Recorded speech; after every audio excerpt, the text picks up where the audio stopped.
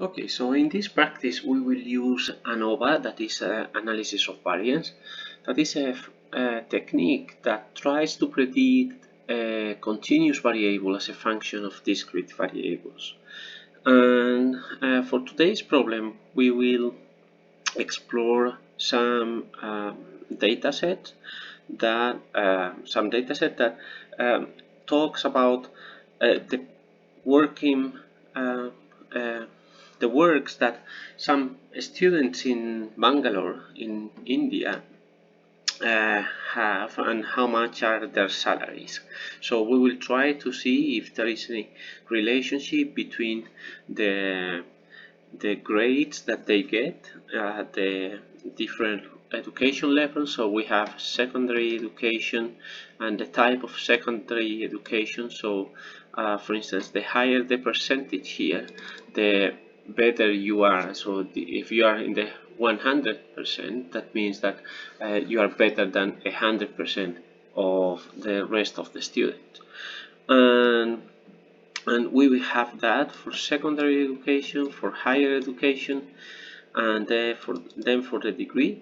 We have also the kind of degree that you have been studying and working experience.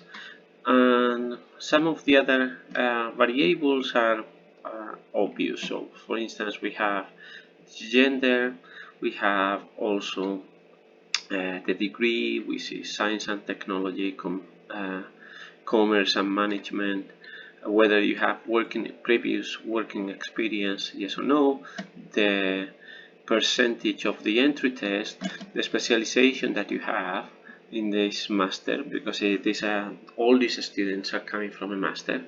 So the specialization, this is marketing and human resources or marketing and finance, and the MBA percentage, whether you are placed or not, and the salary.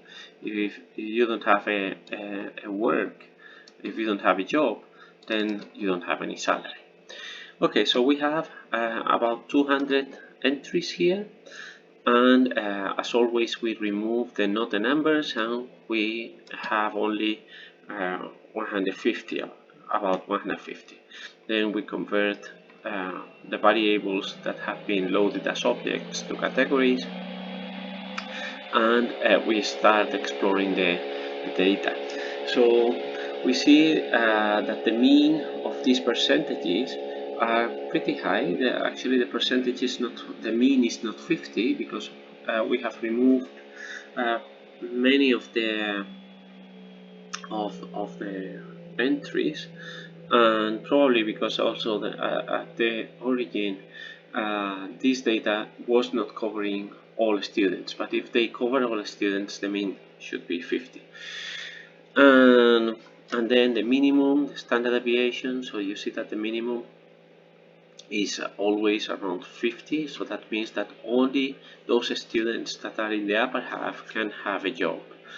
And then the maximum, it goes from 78 to 98. And we can look at the histogram of the salary. So most people earn a salary that is about 200,000 rupees, and then some of them, very few, they go to almost a million. And we can check if there are differences by gender, and we don't see much differences, except for the fact that there are many more males than females. You see the height here, so this is 50, this is 20. And then we explore the correlation matrix to see if there are some variables, numerical variables, that are somehow more related to salary.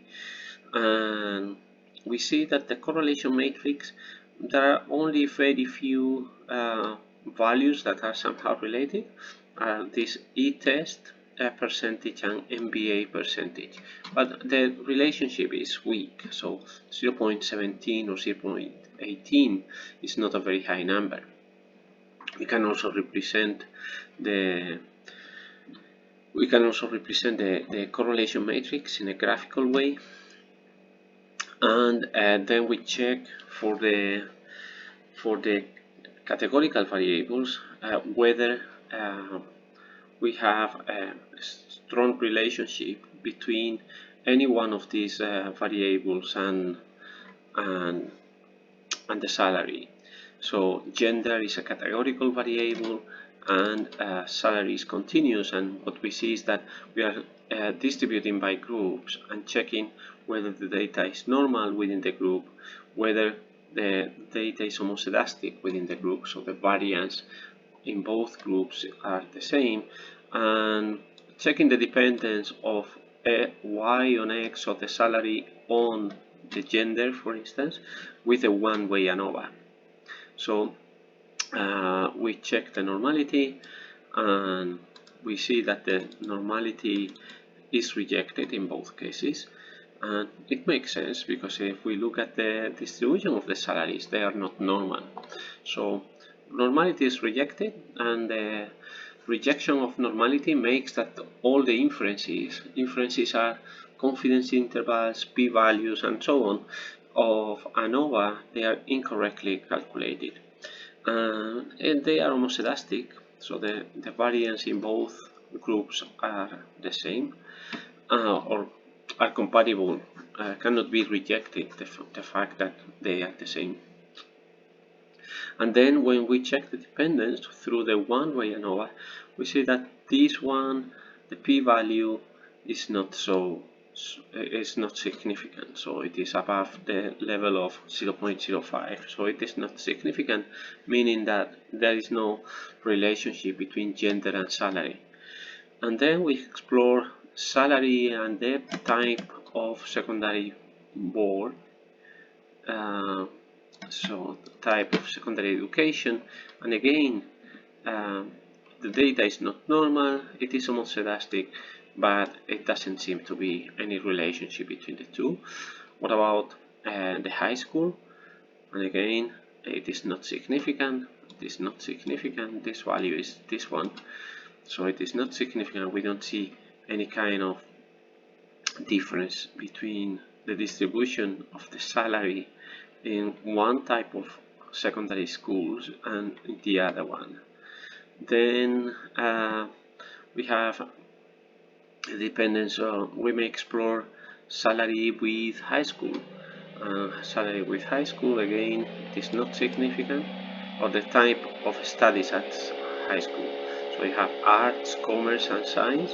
Maybe the science and commerce, the salaries are higher, but in terms of mean, there is no difference. Probably there is a difference, but this difference is hidden by the large variability. So at least between arts and these two, there should be a difference, but because this data is very variable, this variability is confusing ANOVA. One of the assumptions of ANOVA is that all the groups have the same variance, and this is not fulfilled, obviously, for arts. Then we may explore the relationship between salary and the degree, and there is a bit of relationship, but probably again it is hidden by the amount of noise. And here in the plot you have it too, so you see that science and technology, they tend to have higher salaries, but the difference is buried into a high level of noise, and we don't have enough data to show that these means are really different. And we may explore salary and work experience, and again it seems that it is pointing towards a difference, especially here in the high values, but the means, they don't seem to be so different. Okay, so it doesn't seem that any of the variables is really related to salary. Okay, so let's try now to see if there are interactions. Maybe there are in a two-way ANOVA, we can explore the interactions, and maybe the interactions make a difference. So we can separate the salary as a function of two things: working experience and the kind of degree that you are following. So commerce and management, others or science and technology, and we see that there are differences. And let us see that also probably they are buried in a lot of variance. You see many outliers here. You also see a large variability in these two groups. So let's see if that doesn't affect the ANOVA. An interesting kind of plot is these interaction plots. So in the interaction plots, we can see the mean of the salary as a function of working experience and your degree. And if all these lines are parallel, then that means that the degree, because these lines are coming from the degree, so if they are parallel, means that the degree has an effect and that is independent. So the degree has an effect. If they have a slope that is different from 0, then that means that the working experience has an effect. And if the different slopes are different, then that means that the degree has an interaction with the working experience. And we see that all these lines, they are not parallel, so there is an interaction. And let's see if this interaction is strong enough to be peaked by a two-way ANOVA. And then it seems that there are some small differences, especially between science and technology and the other two.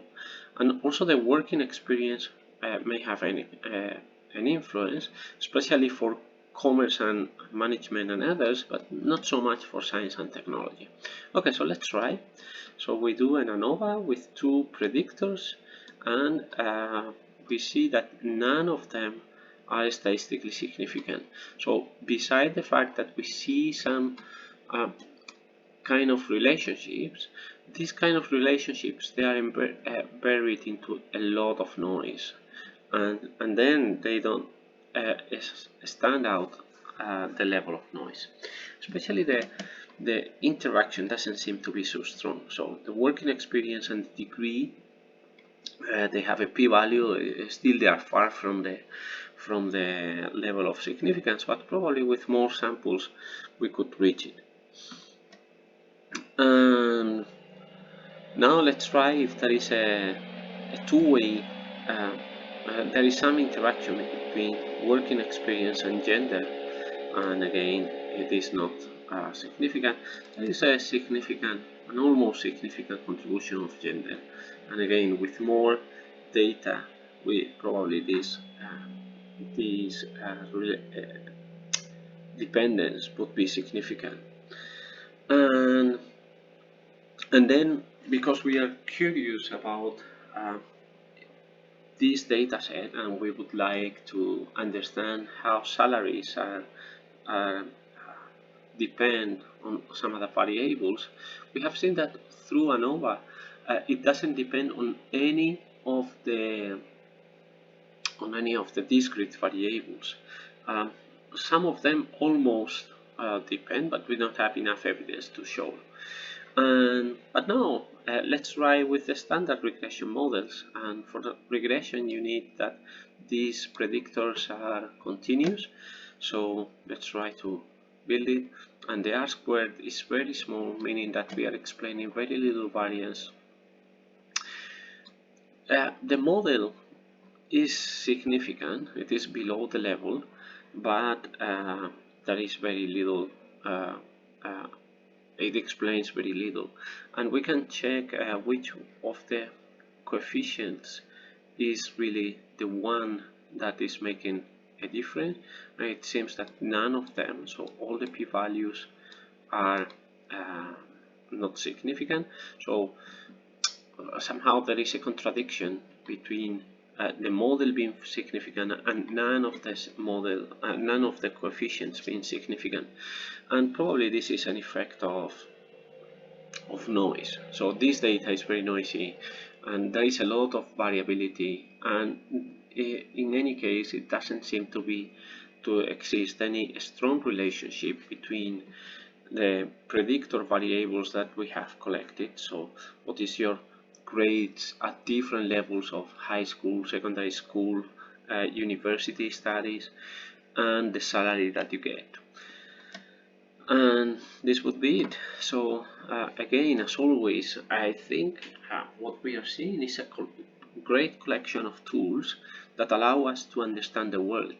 So you shouldn't be stuck by the specific Python code or or, um, or the very little details of these models. What you have to see is the general picture, that you understand how salaries are constructed, how offices have return on equities, or how we can predict whether a customer will drop from a company or not. And all these examples through some mathematical tools that allow you to understand real world problems. So this would be all for today, and see you next time.